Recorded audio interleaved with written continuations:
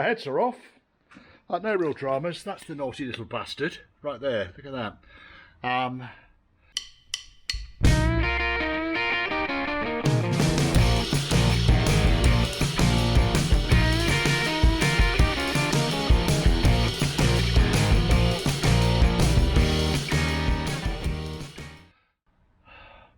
not quite sure what to do with these, to be quite honest. The thing is, they look like they've both been off, because they both the faces look like they've been skimmed. Yeah? Not dramatically, but they look like, you know, in really good order. Yeah, I don't know. Gasket wise, that was the suspect gasket side. You can see that is possibly also blown here. So I think that cylinder had blown. You can see the black around it. The others were all looking relatively intact. So number 2 had blown, number 6 had dropped a valve. And on the other side, I had low compression on cylinder number 1. But I can't see any obvious reasons why. Now, it's possibly because of the hydraulic tappets. Let's move the fuel line out of the way. Possibly because of the hydraulic tappets, but it's a new gasket on this side. Much, much, much newer than the other side. So it's had some work done to it at some point. So, yeah, I think really,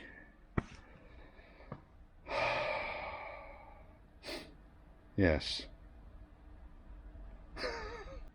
just got to the stage, I think, where I want to fix carburetors rather than freezing my bollocks off doing engines. All I do with the exhaust, by the way, I put a glove over the top of it and then wedge a piece of tissue in the top of the glove.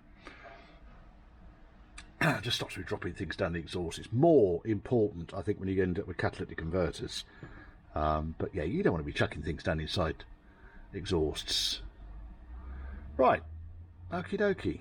Well, that's not bad, actually. I'll check the block out. I'm not planning on going too deep into this block, really. Like I say, the camshaft looks very good. We focus on that? Are we going to focus on the camshaft? I might have to come back a tiny bit. Camshaft looks pretty recent, and the followers have all been kind of changed relatively recently. There is a slight dish on the bottom, but nothing catastrophic. I don't know if they were used followers, but obviously you can't. Well, the recommendation is that if you change the cam, you change the followers. And if you change the followers, you change the cam, which is a faff, isn't it? But I think because the two need to bed in with each other. Yeah, we're going to have some fun undoing this water pump, I think. That might need a bit of heat on it, but it'll need to come out. So water pump needs to be changed because there's a world of play in the bearing. Other than that, I've seen worse V8s. As far as the lip at the top is concerned, there is a lip. It's not in its first sort of, you know, state of youth, but certainly doesn't need a rebore. Not yet, anyway. So I'm inclined to think that the block can stay as is. Heads will be worked on. Try and keep the costs under control on this. Otherwise, there you go. Right, first and foremost, ta-da! Right, customer still had this. It was attached to the back end of the gearbox that the customer had. Nasty little knock in there, but certainly something I can investigate. He supplied it with a shim and a slip ring, which is good news. Oh yes, make no mistake, that is good news. Now, getting onto this shaft, let's just pop those bits in there, because I don't want to lose them. They can all go in that nice little box there, look at that. I've got the other slip, the other shaft. It's great continuity, Richard. This is great continuity. You know, that could all go in there, because that's the important bits that I need to keep dust free. Now, next, on this overdrive. Put the heater on in the background, folks. Deal with it. it's not very friendly. Right, okay. I managed to get the broken selector shaft out. Okay, so I've extracted it off the arm and I've pulled the remains out of the gearbox. So basically, I had to push the overdrive into gear, push the selector mechanism back so that it kind of went onto the out of gear. Then I could access this flat here and was able to belt it out. Sorry, that flat there was able to belt it out. The selector shaft goes in that way up. Now that then got me thinking, this hole here, there can't be a detent ball in there because that's just a big old flat plate there. It's probably just a locking plate. When you turn the shaft over, balls going underneath. So then I started looking at this thing, cleaned all the crap out and realised, it's held in with an Allen screw, isn't it? Right, so let's undo the Allen screw first and foremost. See what's underneath it. I suspect this is probably some mechanism that actually locks. Yeah, I don't know what that is. Probably that I had to undo to get the shaft out, but certainly wasn't stopping the shaft from coming out, because the shaft came out quite easily. Now, what I'll do is I'll just lob a bolt on the top of it so I can tip this thing upside down, because I really don't want the selector arm and everything just falling out. So I'll just put a couple of bolts in, tip him upside down. Most of the oil is out of this thing, by the way. It's a big loopy mess.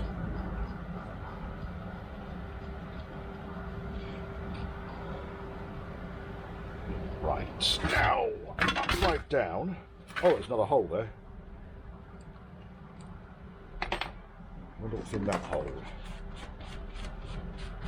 Clean the oil off the other side. The undercroft. The fill plug's loose, which is nice. Now, what is in there? Or has someone already been here and made an absolute mess of it? No, it's just a bigger Allen key. Allen keys. Better not lose that last one. There it is, it's in the tray. Another reason why I use baking trays. Just lob everything in them. Right, this one looks like it's going to be a 3/16. And it is. Right, okie dokie. There we go, this Allen key comes out. And underneath this, I'm expecting to see a screw. Let's just put a bit of this in there. Because there's some gloop and shite in there.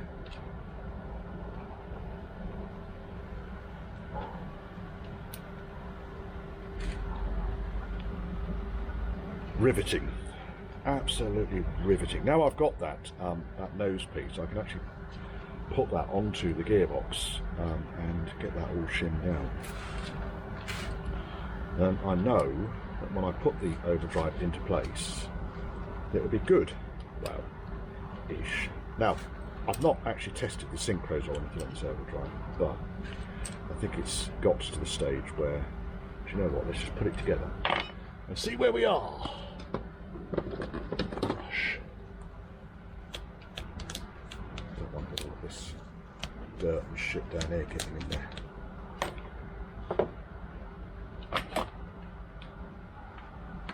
Old screwdriver. There we go. That's all out. Now let's get that bigger plug right now. And what is underneath it? A load of oil and shit. Should be a spring underneath it, as I'm led to believe.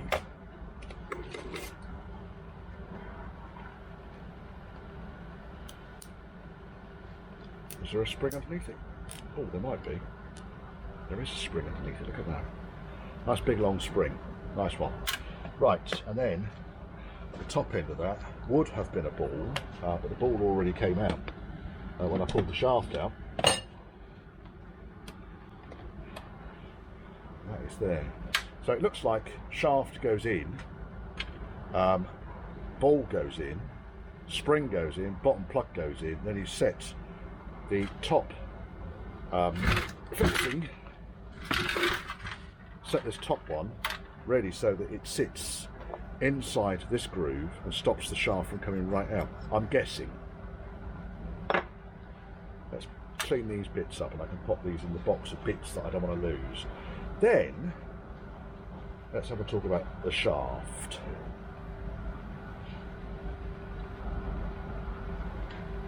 Ball. Boxes supplied by James. Thank you, James. Mr. TR7. He likes his curries. He supplies these boxes to me based on what curry he's had. I get lots of things donated to me, sold to me dirt cheap, mates rates and so forth, mainly donations. And if you do want a shout out because you've donated something, then drop me a line. I'll probably need to do a letter bollocks really, don't I? Right, so this is the broken shaft, and you can see there's a nice little mark on here, there, which corresponds to a high point here, so we know exactly which way round it comes out. Now I suspect what's happened is this thing's been dropped and it's snapped off there. It's a weak point because there's no ring goes in that gap. Okay, so that's my first issue.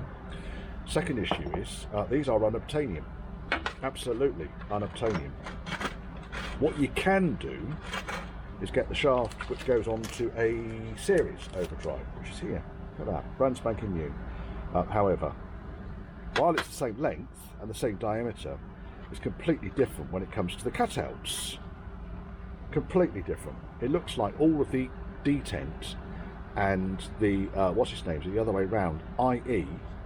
the shaft will go in that way round rather than that way round, because it's still using the casing and so forth, just this front casing is different, I'm guessing, on the series Land Rover, because that would be right underneath the rear bulkhead, which would be sort of behind the seats. So unless you kind of want to go into the back of the car to select your overdrive, the lever really needs to be pointing forwards. So I'm guessing that is why that is the case, because otherwise it is exactly the bloody same. So if I line these up back to front, no, I'm not going to be able to do it, am I? Because the recess there, that recess, which is where the selector arm goes, so the selector forks in a slightly different place as well. But I can see that will work. I measure from there to there, so yeah, it probably would work. Anyway, series selector shaft don't work. What I'm going to need to do, when I say would work, I'm just talking bollocks there. What I'm going to need to do, I think, is take this down to my machine shop and see if he can make me another one of these, all four.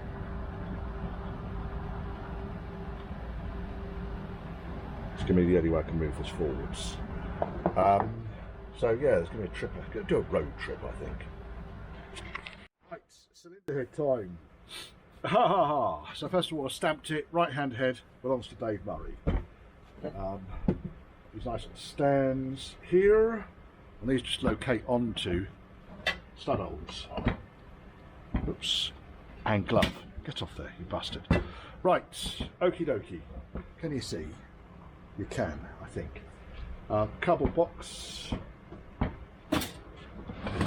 Back. Cardboard box. I just need to stamp a few holes into the cardboard box. So if I have on here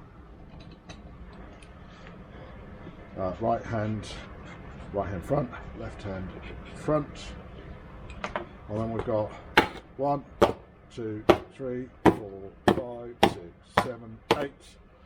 1, 2, 3, 4, 5, 6. Woohoo! 6, 7, fuck you, and 8. I don't know whether we are going to utilise springs and collets yet. What we'll do is we'll start by taking out the drop valve and see what's going on. We'll see what's going on with the state of the thing. Right, where are we? So let's get that onto the valve. Yes, we're tight. I've got a magnet around here somewhere because I was just looking at it. There it is.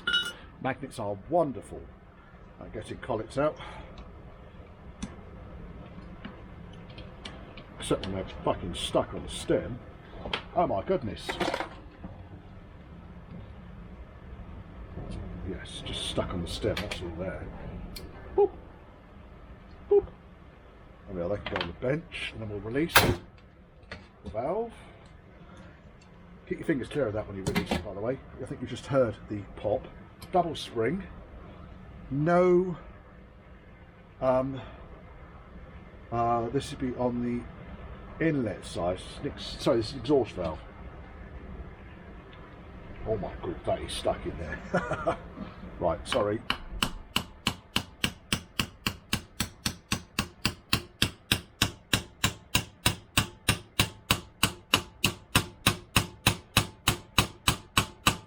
That is proper stuck. It's could well need a new guide on this. We'll see when it comes out. Let's get one of the drifts out that Dale bought me. I've got no qualms about doing this, by the way, drifting this valve out, because it's a fucked valve.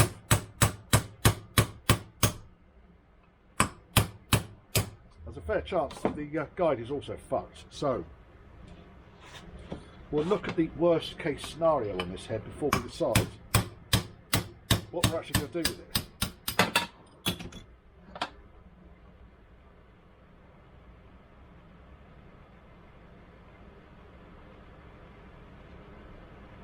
Yeah, the head's bent on the valve, but why is it so fucking tight?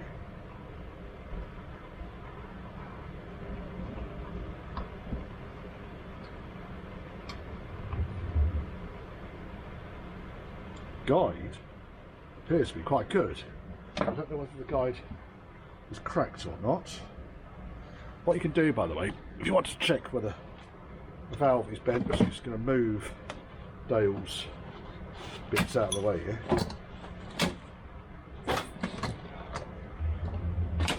Whoops. It's all going medieval. Right, let's get a drill. Put the valve in a drill. Chuck. Chalk.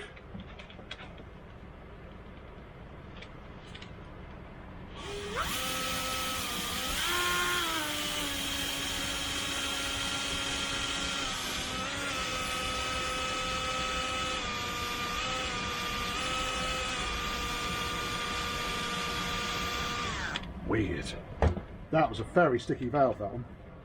Doesn't appear to be bent though. Of course it's going to go straight in now. It's not going to go up to its seat though. It's not far off it. Just picked up a box. You get these from a lot of DIY shops and so forth. This one particular one, plastic organiser, probably B&Q. But all I've done here is just marked it up. Right head 1, right 6, right 7, right 8, left 8, 7, 6, down to 1. The reason being is that when you are dismantling one of these things, whoops, you want to retain the parts for each cylinder against each valve. Unless you're replacing all of the valves and all of the guides, then you can do what you like. But if you're not, yeah, that guide is very tight. I'm wondering if it's suffered a trauma. If you're not, then fine. So put the valves 6, 5,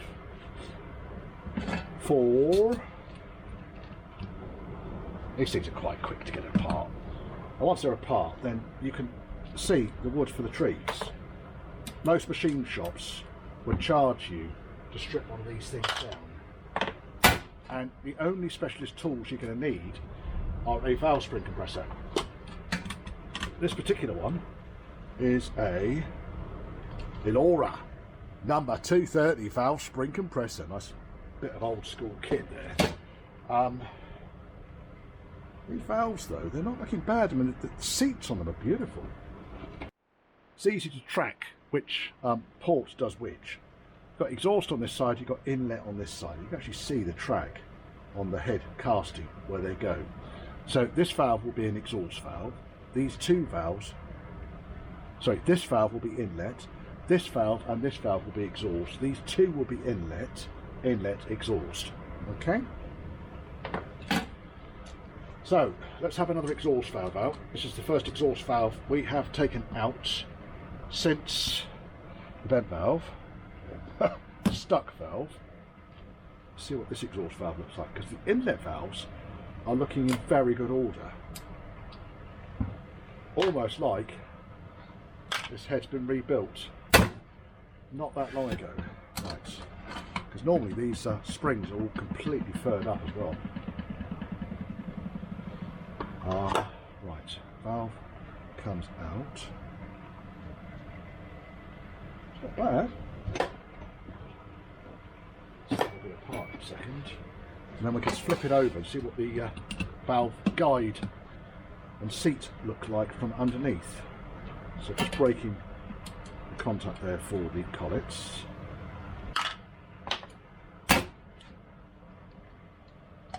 No oil stem seals at all on this one.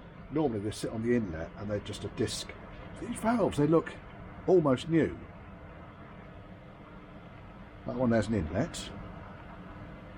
It's just in really, really, really good order.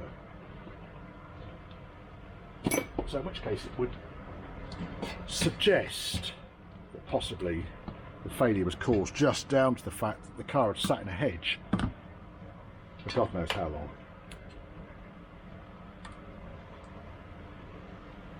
You see bits and bobs falling onto the engine, don't worry about it, because the whole fucking thing is covered in gloop anyway. There. Just rest thy sphincters. Now, we will give this thing a quick clean over. That's number one.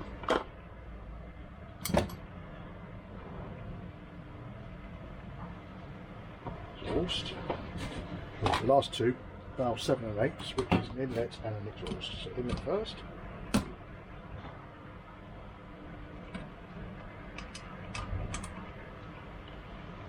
Seven.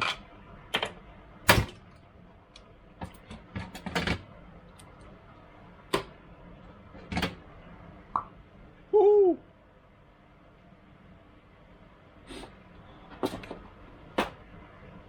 And it's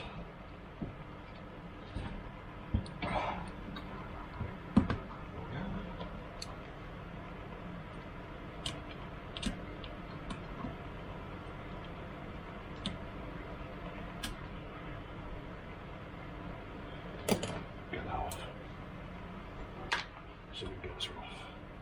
This one I don't want to let go. Just put in there. Nice tight fit.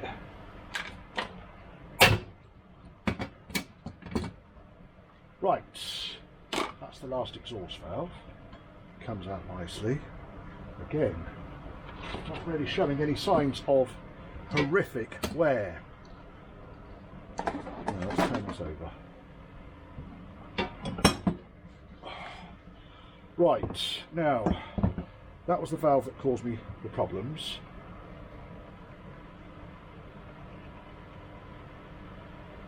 Honestly, it doesn't look too bad.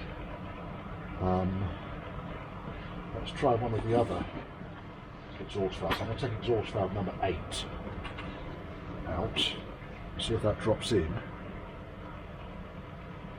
And yes, it does.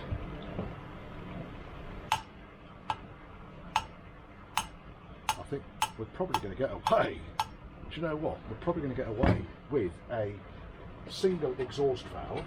This is the one that had the problems. And this one, don't want to go all the way down. So it has had a clout. It's had a clout, and there's probably some rust there.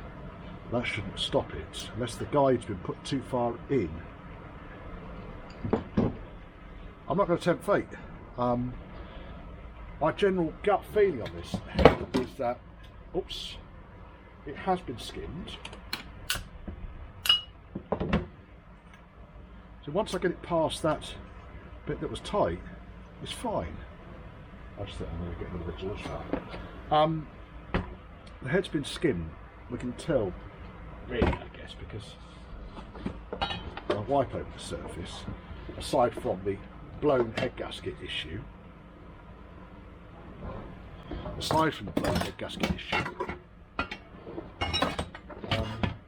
we're looking fairly good in here. Let me just give a little spray.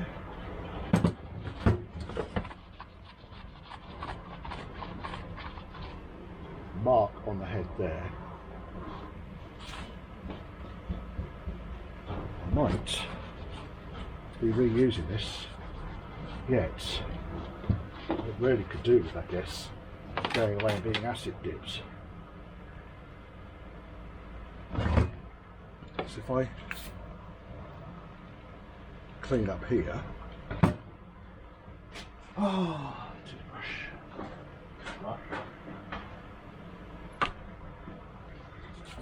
right, all this glue just cleans off. They're not actually that bad, these heads. They don't look anywhere near as bad as I thought they were going to look.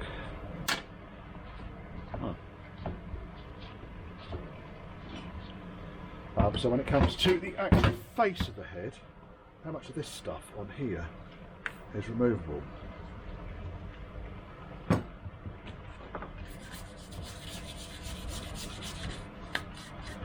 Pretty much all of it. Probably come up with a half decent bloody steam, to be quite honest, which might be my next move.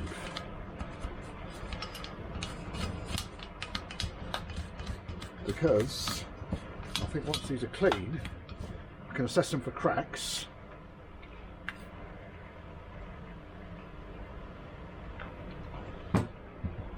See, really, I guess, where we're going with them. One job that is quite satisfying is basically cleaning up old valves. So all I'm really doing here, not working on the stem, working on the head of the valve. Let's keep open it. Steel wool.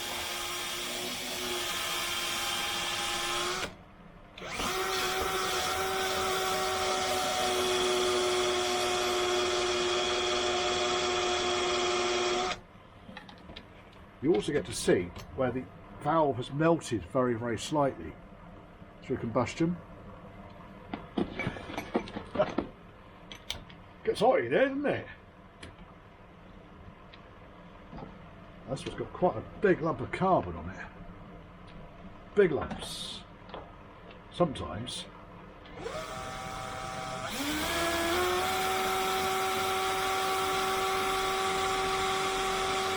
Gives you a screwdriver, like the tip of a lathe. Right, I'm not going to go too much further with that.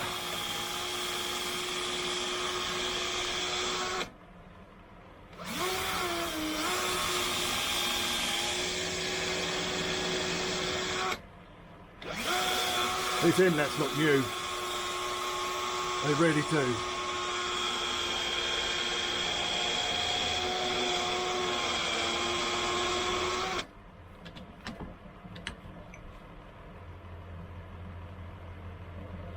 Beautiful. Just go through each one of these, do this. Nice satisfying way to round off the day. Steel wool's doing most of this actually.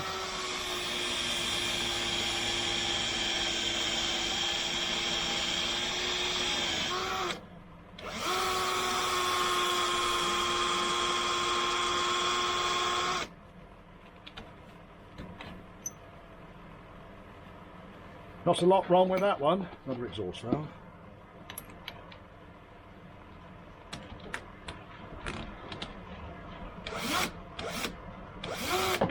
This one might need. Let's try it with a blade.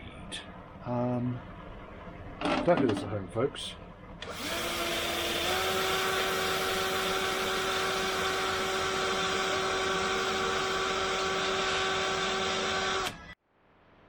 Right, so let's get the split bit out.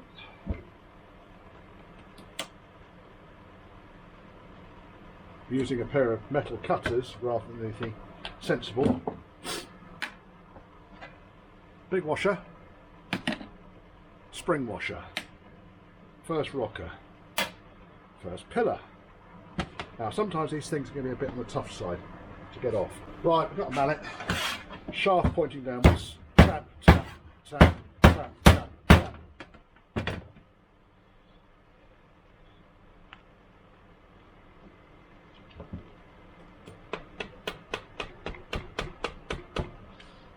Probably what I should have done here was clean up the end of the shaft, because there's crap and oil and all manner of bollocks on there.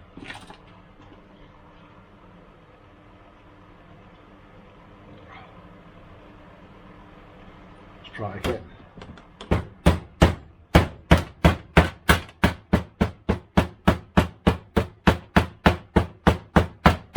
Come on, fuck. Oh, it is. It's off. Right, and then rocker number 2. 2, 1, 2, pillar, spring,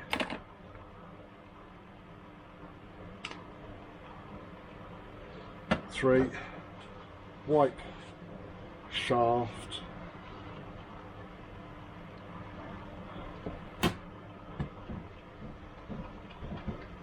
just using steel wool here to clean shaft. This shaft's fucked anyway.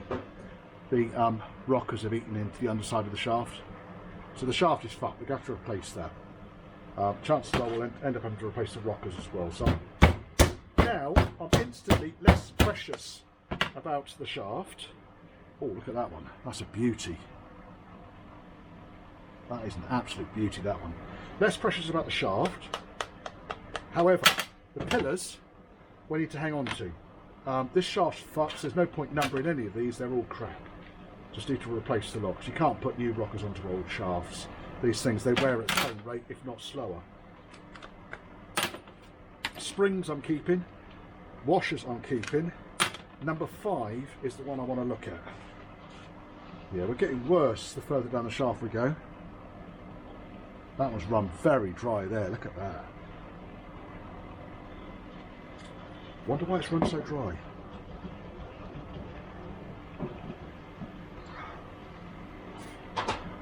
You see the grooves in there? That's with the rocker on the thrust side. It's just basically eaten into the shaft. The manual, by the way, has it absolutely on the nail about how to put these things together. When you put it together, you've got the oil feed holes for each of the rockers. Now, I will double check, seeing how dry these are and how overheated this shaft is looking, I will double check the oil feed for the... Trouble is, the pillars are struggling to go past the ridges. Now, this is the rocker I suspected. We'll have a look at this one in a minute, because this is the one that's possibly broken.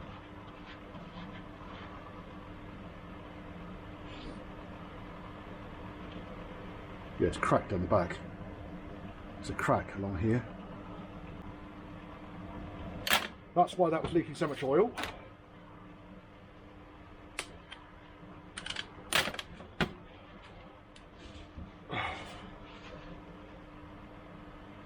Oh, I'll make a good hammer.